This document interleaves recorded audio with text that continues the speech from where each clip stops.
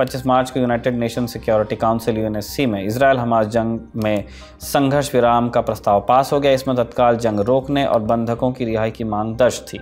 अक्टूबर 2023 में शुरू हुई जंग के बाद यूएनएससी में ऐसे प्रस्ताव कई दफ़ा लाए जा चुके हैं।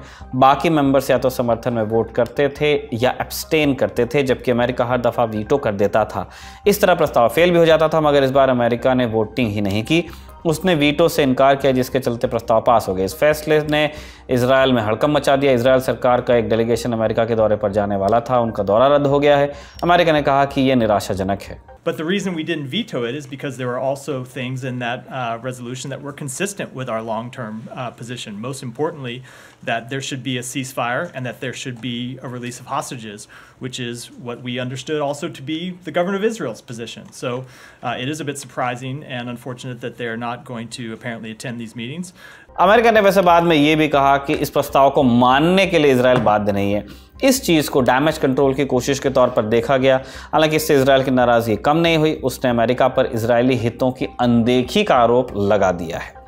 ये तो ही झगड़े की कहानी। अब सवाल ये उठता है कि अमेरिका के सुर अचानक बदले क्यों?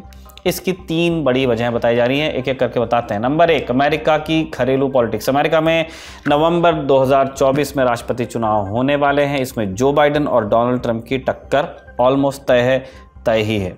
प्री पोल सर्वे में बाइडेन पीछे चल रहे हैं, उनका बेस भी खिसक रहा है। इसकी बड़ी वजह बाइडेन सरकार की इजराइल पॉलिसी को भी बताया जा रहा है। जंग की शुरुआत से अमेरिका इजराइल को अनकंडीशनल सपोर्ट दे रहा था, इसलिए गजा में हो रहे मानवाधिकार उल्लंघन के लिए उसे भी जिम्मेदार ठहराया जा रहा है। प्राइमरी इलेक्शन में इसका असर भी दिखाई दिया। कई स्टेट्स में डेमोक्रेटिक पार्टी के वोटर्स ने बाइडेन को वोट देने से परहेज किया। फिर चर्चा चली कि ये ट्रेंड फाइनल इलेक्शन में भी दिख सकता है। इसका सीधा नुकसान बाइडेन को होगा, ऐसा कई लोगों ने कहा। नंबर 2 वजह, बाइडेन नेतन्याहू के बीच का तनाव। अमेरिका के राष्ट्रपति जो बाइडेन और इजराइल के प्रधानमंत्री बेंजामिन नेतन्याहू एक दूसरे को लेकर बहुत सहज नहीं रहे हैं। हालांकि अक्टूबर 2023 में हमास के आतंकवादी हमले ने कड़वाहट थोड़ी कम की।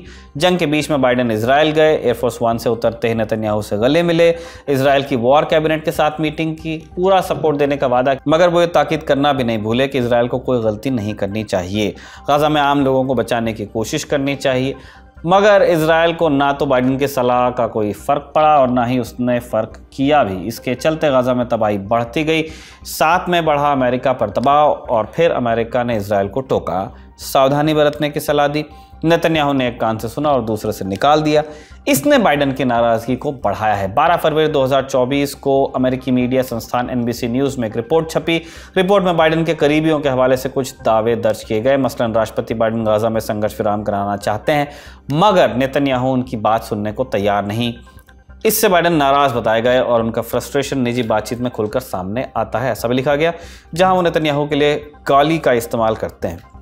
फिर मार्च में एक और दिलचस्प वाक़या हुआ। दोनों नेताओं ने अलग अलग अमेरिकी मीडिया संस्थानों से बात की। बाइडेन ने MSNBC से, जबकि नेतन्याहू ने पॉलिटिको से। बाइडेन का इंटरव्यू पहले हुआ और वहां उन्होंने नेतन्याहू को लेकर कहा कि वो इजराइल की मदद करने से ज़्यादा उसका नुकसान कर रहे हैं। फिर पॉलिटिको ने नेतन्याहू से जब बात की तो इस बयान से जुड़ा सवाल पूछा। नेतन्याहू ने कहा कि मुझे पता नहीं कि प्रेसिडेंट बाइडेन कहना क्या चाहते थे। अगर उन्हें लगता है कि मैं बहुसंख्यक इजरायली नागरिकों के बजाय निजी हितों को तरजीह दे रहा हूं, तो वो पूरी तरह से गलत हैं। अब तीसरी वजह की तरफ चलते हैं। रफ़ा।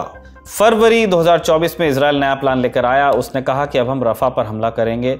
रफ़ा गाजा पट्टी का सुदूर दक्षिणी शहर है, इजिप्ट की सीमा से लगा हुआ है, जंग में विस्थापित लाखों लोगों का आखिरी ठिकाना है। इजराइल का दावा है कि यह शहर हमास का आखिरी गढ़ है। बंधकों को यहीं पर छिपा कर रखा गया है और इसलिए अब रफ़ा को निशाना बनाया जाएगा। यूएस ने भी कहा कि बिना कोई ढंग का प्लान बनाए रफ़ा पर हमला करना अच्छा नहीं होगा। फरवरी में बाइडेन ने नेतन्याहू को फ़ोन पर यही बात बताई भी। बाइडेन सरकार ने पब्लिकली भी कहा कि without a good plan no to Rafah offensive. इसी पर चर्चा के लिए इजरायली डेलीगेशन वॉशिंगटन का दौरा करने वाला था, जिसे अब रद्द कर दिया गया है। ये था आज का दुनियादारी। शुक्रिया, शुभ रात्रि। अगले एपिसोड में आपसे मुलाकात होगी ऐसी कामना के साथ। अब हम ले रहे हैं विदा।